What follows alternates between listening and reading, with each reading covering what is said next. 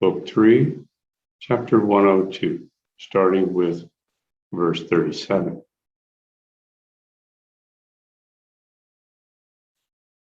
The mind, by its restless desires, hastens itself to a painful death.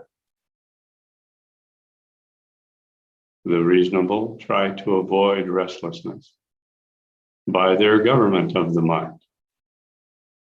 The mind is purified by reason, is cleansed from its willingness and unwillingness, and resigns itself to the will of the divine soul, which is ever present before it. The curbing of the mind is the magnanimity of soul and gives rise to liberation from pain. Therefore, try to restrain your mind and do not give it a loose rein.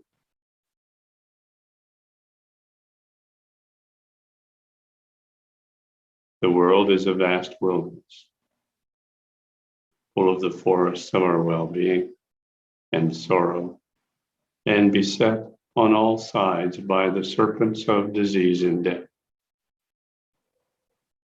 The irrational mind is as the rampant lord of the desert land and quickly drives us into all sorts of dangers and difficulties.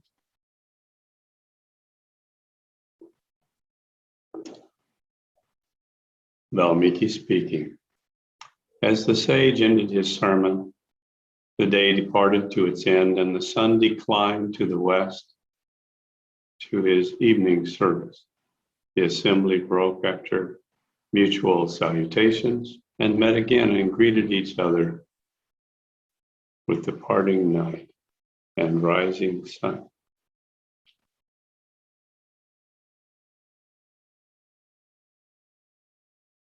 Chapter 103, The Changing Mind. Vashishta speaking. Some minds are seen to break forth in passion, like the torrents of oceans, and to heave and overflow on earth on every side.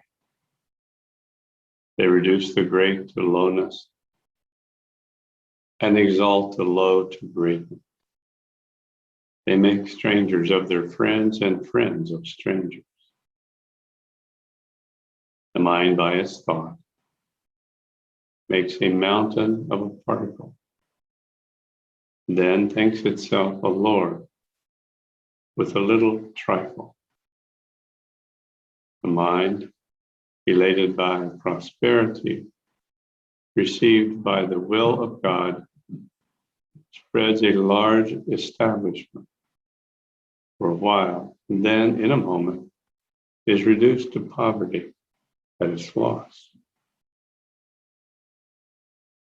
Whatever things are seen in this world as stationary or changing are all only accidents, according to the perspective in which they are seen. Just as a passing vessel is thought stationary by its passengers, but as moving by the spectators on the shore. The mind is so changing by the influence of time, place, power, and nature of acts and things that it continually shuffles from one feeling to another, like an actor impersonating his many roles on the stage. The mind takes the truth for untruth and its reverse for certainty. So it takes one thing for another, and its joy and grief are all of its own making. The fickle mind gets everything according to its own doing, and it regulates all the actions of our hands, feet, and other members of the body. Hence, it is the mind that reaps the rewards of good or evil according to its past acts. Just like the tree bears its fruit according to how it is pruned and watered.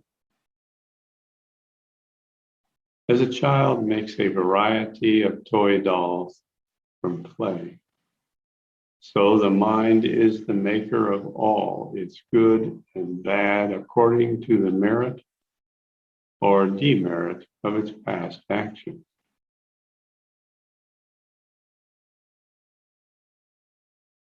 Therefore, the mind that is situated in the earthen dolls of human bodies can do nothing of its own, unless it is so destined by the virtue of its former acts.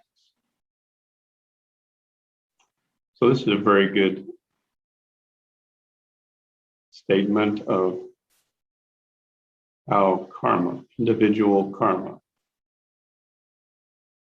is really in this world the source of everything that the body does.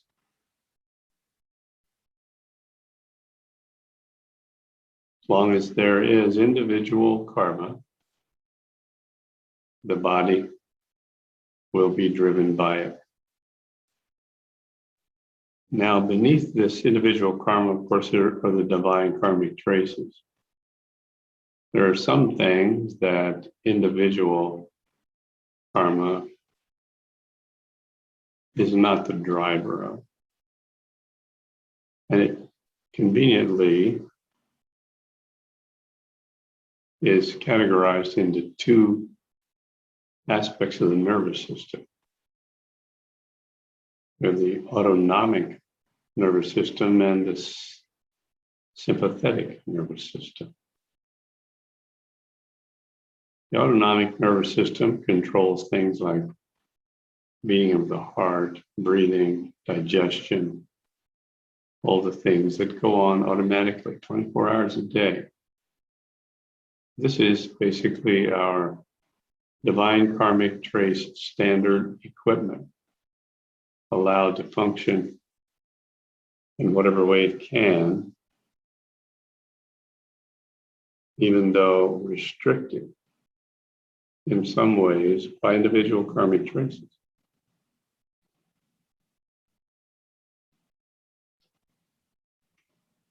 Sometimes individual karmic traces are extremely severe, causing organ systems to stop functioning, and then the individual loses the functionality of his body.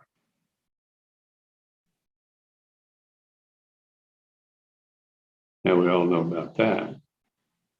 Person ages, and in the aging process, we find physical body breaks down and stops working. That's not the way it was designed. Divine karmic traces can keep the physical body in a youthful, mature, and vital state almost indefinitely, at least for 100,000 years. So the accumulation of individual karmic traces can be traced to all disease, malfunction, aging, and eventually death of the physical body. Now, the mind, in this context, is the ego, is the one who is thinking, is the thinker. This is the mind. Thinking is a precursor to action. And we all know where thoughts come from. Individual karmic traces. But individual karmic traces are almost all balanced. Mind goes away, doesn't it? There is no mind. No mind to think. No thinking.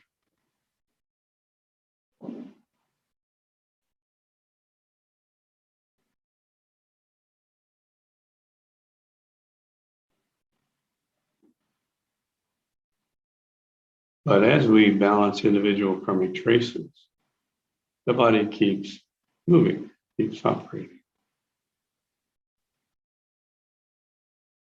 Then it becomes our usefulness to the universe that keeps the body moving about. The body moves about on the basis of divine karmic traces. It stops having individual karmic traces and its impetus for taking actions. But we see people who are enlightened, who have achieved moksha, they continue to age. The body continues to break down.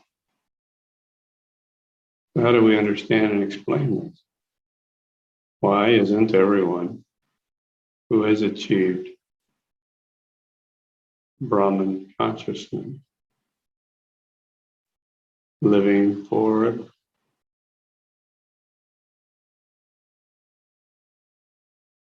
Well, if we look at it from the perspective of levels of consciousness, one can achieve moksha level 1 and still not have balance all individual karmic traces.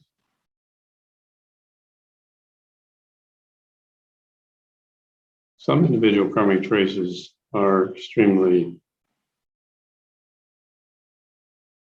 difficult to balance. The ones that created the body in the first place, responsible for the body's structure malfunctions and deviations from the ideal when the body was originally conceived, created by the parents.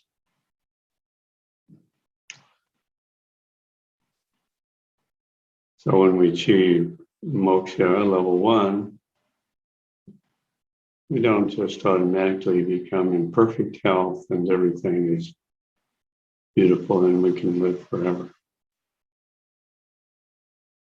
And that's because the physical body is a function of the DNA, operates on the basis of the way the DNA is organized and is active. So it takes some additional work to change the DNA.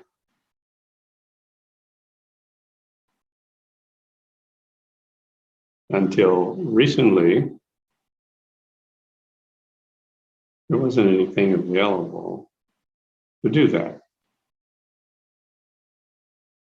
Scientists have been studying aging and how to reverse it for a really long time.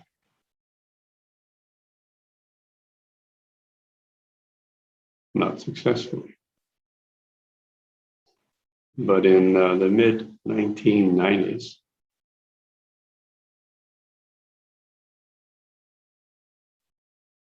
a molecule was discovered.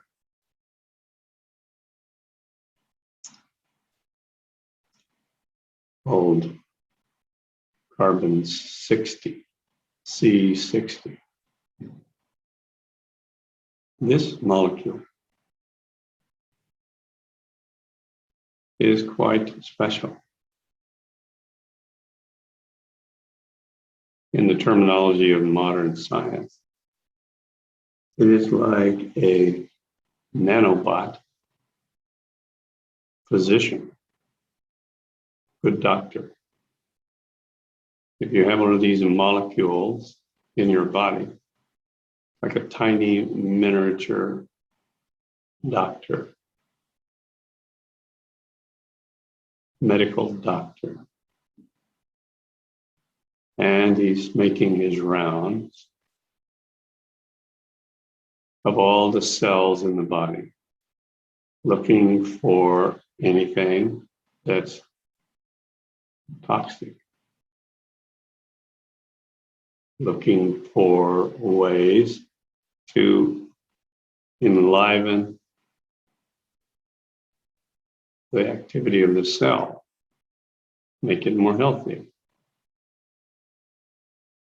That is literally what the C60 molecule does in the body. It's quite the amazing thing. It took some time before people began to realize the amazing ability of the C60 molecule. But there has been considerable research on this molecule.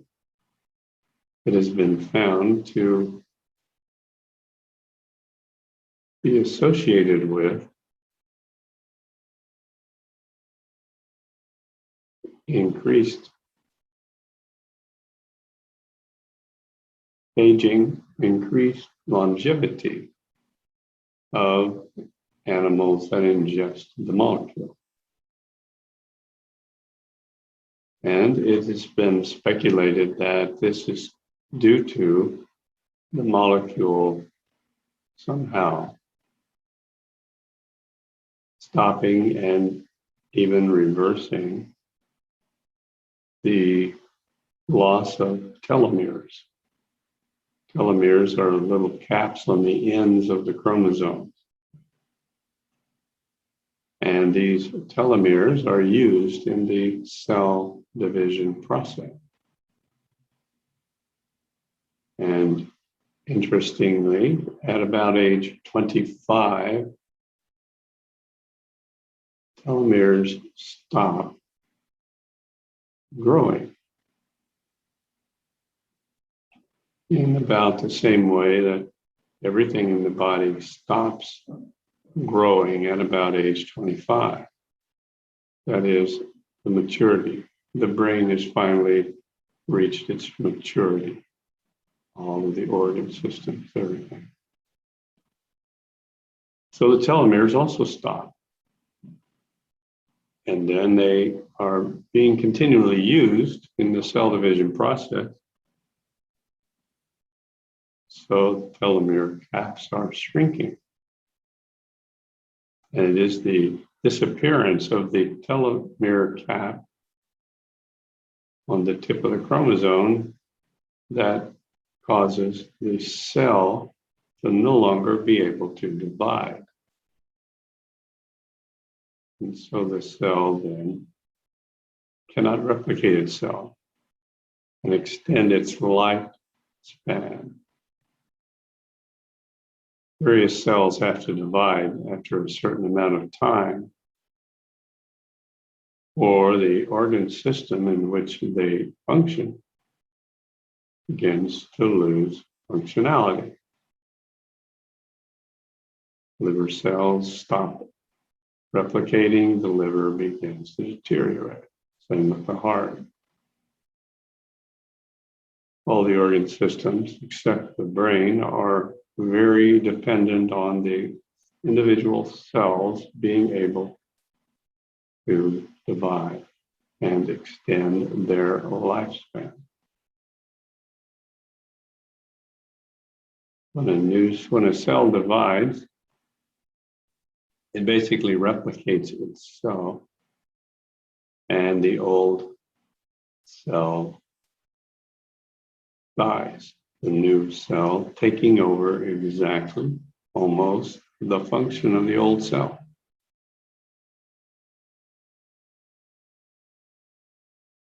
So if there's a way to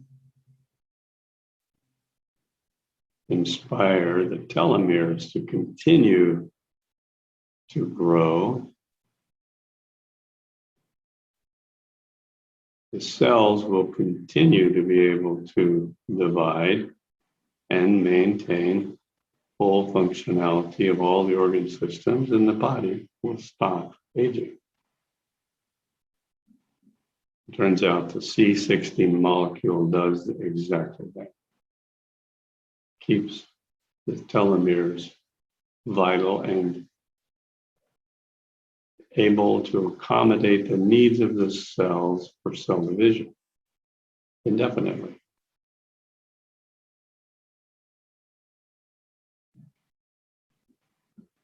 So what stops the telomere from growing at age 25?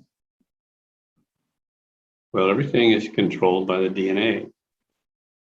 So the DNA has loss of functionality that allows it to continue to manage telomere growth. It's due to the individual karma of the person. But we see this throughout society, all people getting old and dying. So we have to think this must be associated with our inherited ancestral individual karma, collective individual karma.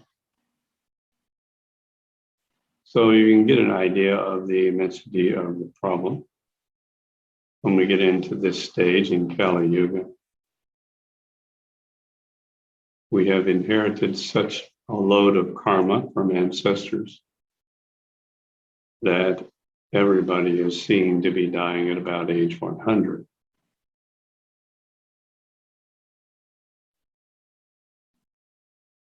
So what can we do? We have to change the DNA.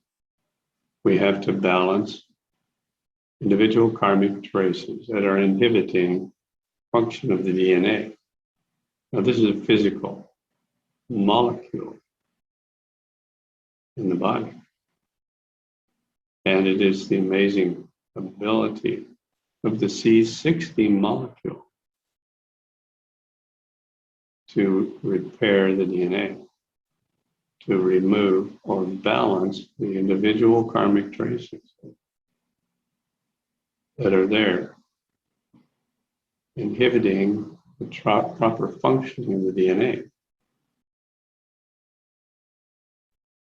Now we have to take the C60 molecule internally in a bioavailable form so that the molecules can actually go to the cells where they're needed.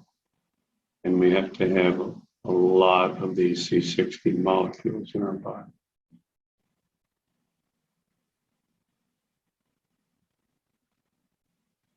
We need about 37 quintillion molecules of C60 in our body to saturate the body and every cell with a molecule of C60. In fact, each cell needs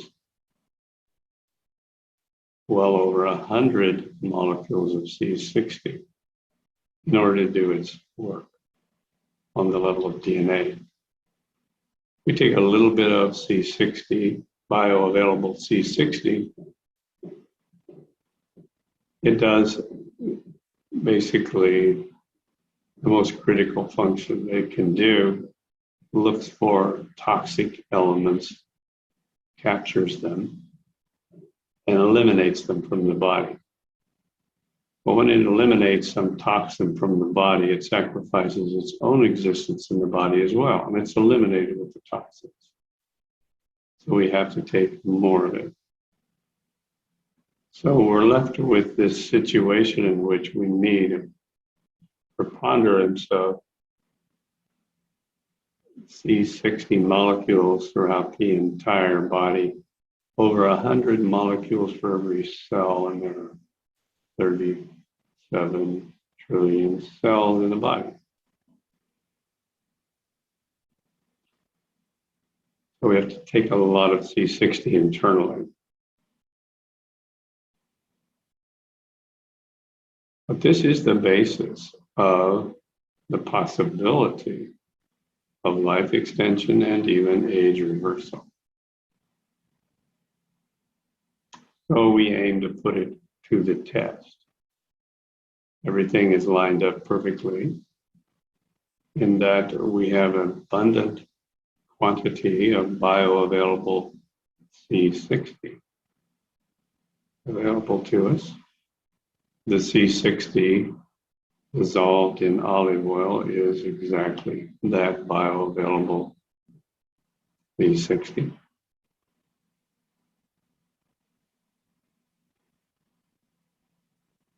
And the C60 that we take is from artificially, synthetically produced C60. It's real C60. It's a real molecule of C60. It's produced in a laboratory. Now, naturally occurring C60 is found in the mineral called shungite. It's a mixture of C60 molecule and quartz, but it's possible, but extremely difficult, to get the C60 out of shungite in a pure form so that it can then be dissolved in olive oil. But even with that form of C60, because it is here in Kali Yuga, not quite ideal, doesn't have everything it needs. The doctor is not completely functional, particularly in the area of balancing physical expressions of individual karmic traces. So the C60 in olive oil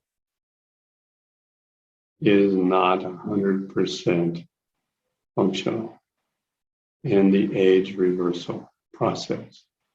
In fact,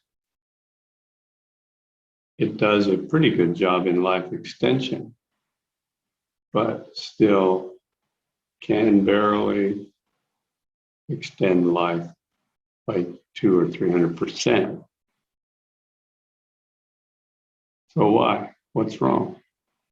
Well, the C60 has every molecule of the C60 contains a Sri chakra. And remember, the Sri chakra is like the Devic office building that is responsible for the functionality of and the structure of the object that it is the Sri chakra for.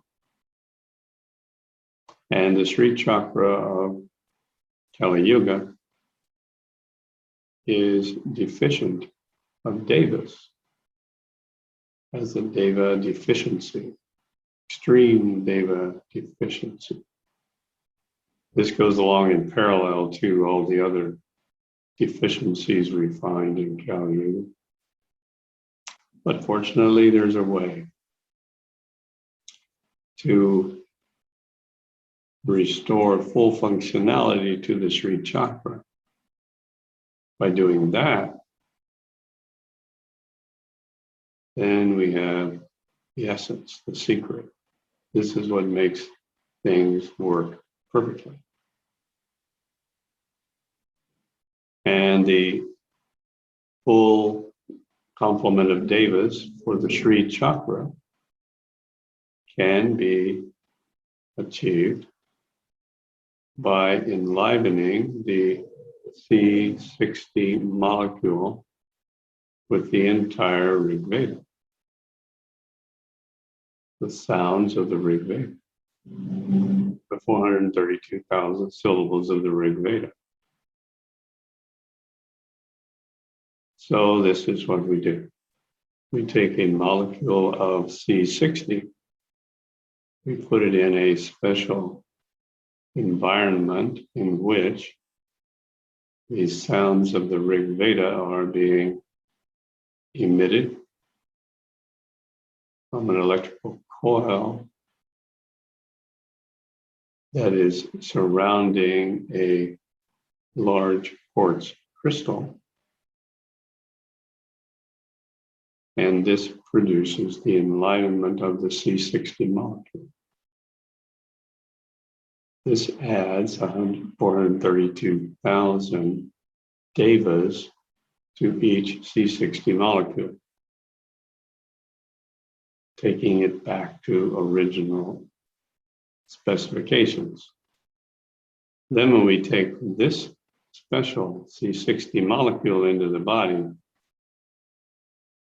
it is a fully trained, highly competent physician.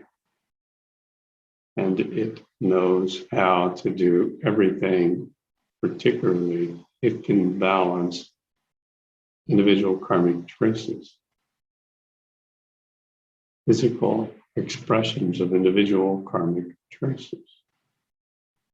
And we have to combine this with, of course, the balancing of individual karmic traces on subtle levels as well. Because if we don't, then kind of like trying to fill a bathtub without having the stopper in place. So just taking the C60 molecule internally won't be enough. So we have to have a full program called the Satyakaya Kalpa, which involves other techniques, but everything is dependent on and centered on the C60 molecule in the Satyakaya Kalpa program. So once we have a perfect physical environment, free of chaotic electromagnetic radiation, with proper biomagnetism. So what has happened is scientists have measured the magnetic field of the Earth and found evidence of it in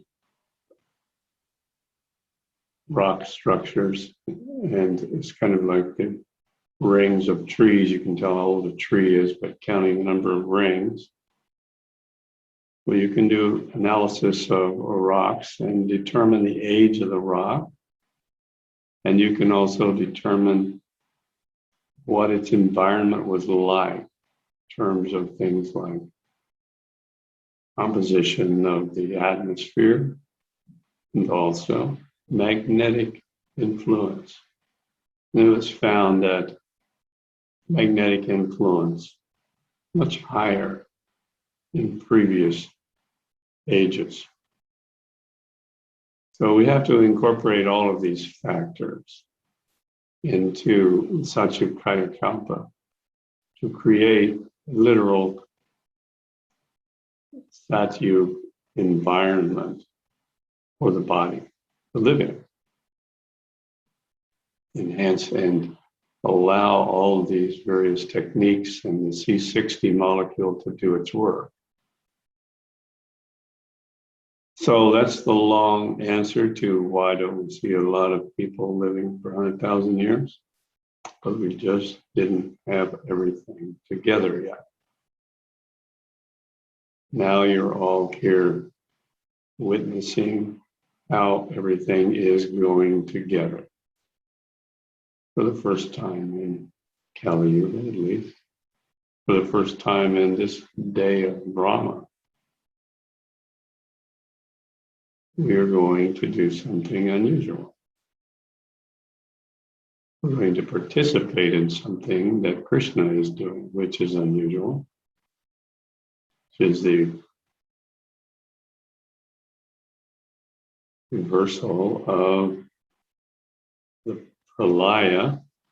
And in this process, we're going to kind of not only stop the progress of the pralaya, but we're going to be overcompensating for that, and it's going to cause a 10,000 year period of Satyuga turbulence.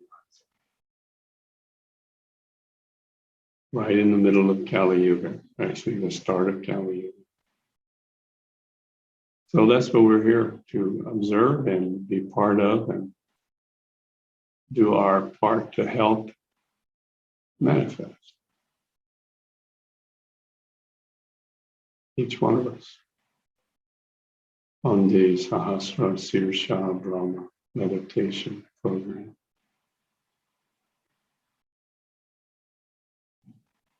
So it's a pretty amazing opportunity. But the C60 molecule dissolved in olive oil and enlivened with the Rig Veda is then called Krishna C60 Amrit. And in order to create the reversal of aging effect, we need to ingest about 25 milliliters of C60 Amrit daily. Now that's going to be about 19.5 quadrillion molecules of C60 that we're taking into our body every day. We're ingesting 19.5 quadrillion molecules of Rig Veda activated C60 molecule.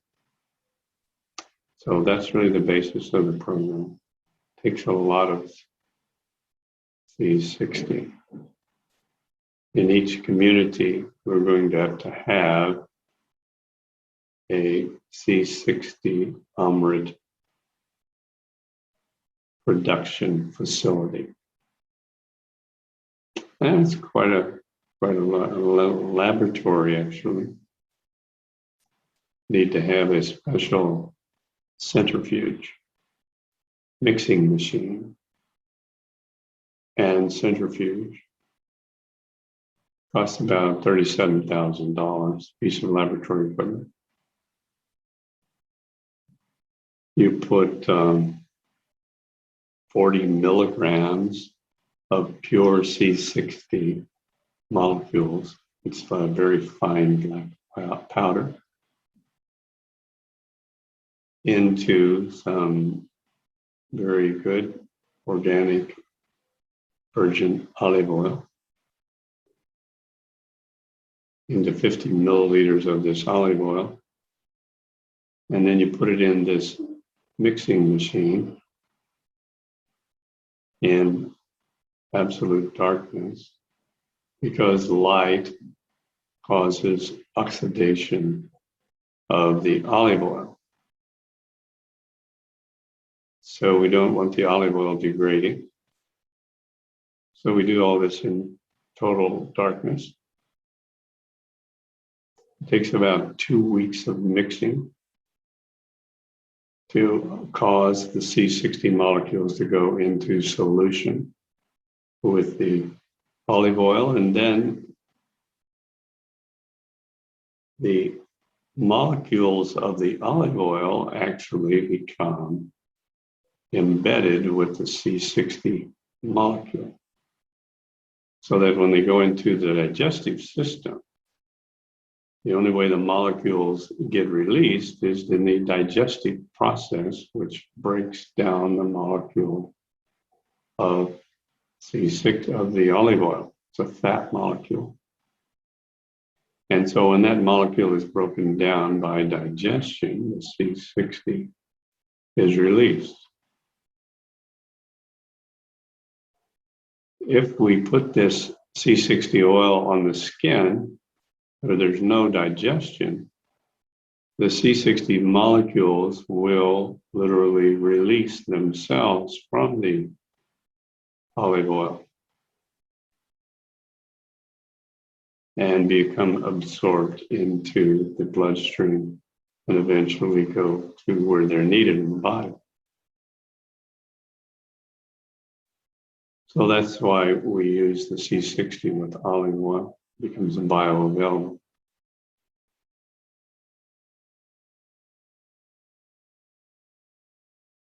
Long discussion about how the mind is the maker of all its good and bad acts according to its past actions.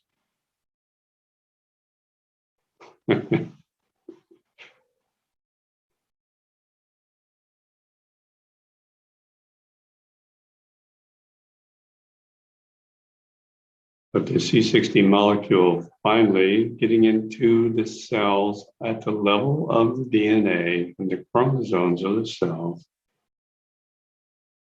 is in sufficient quantity, is able, with a body that is fully detoxed, there's no toxic elements in it at all, so that the C60 is not distracted from its role.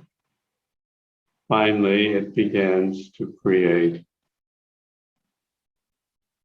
more and more perfect cells by gradually balancing the karmic traces that are inhibiting the functionality of the DNA.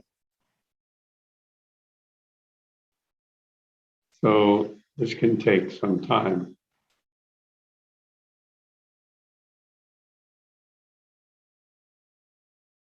Probably many years before every cell in a Satyug environment is transformed into a Satyug cell by the C60 molecule. And then we have basically rebuilt the body from the inside out. And we're beginning to find how this is working in a limited, very limited number of people. The internal organs are becoming more youthful and healthy. And from the inside out, the reversal of aging process will take place. So in the community, it'll be very interesting to see all around us people becoming more and more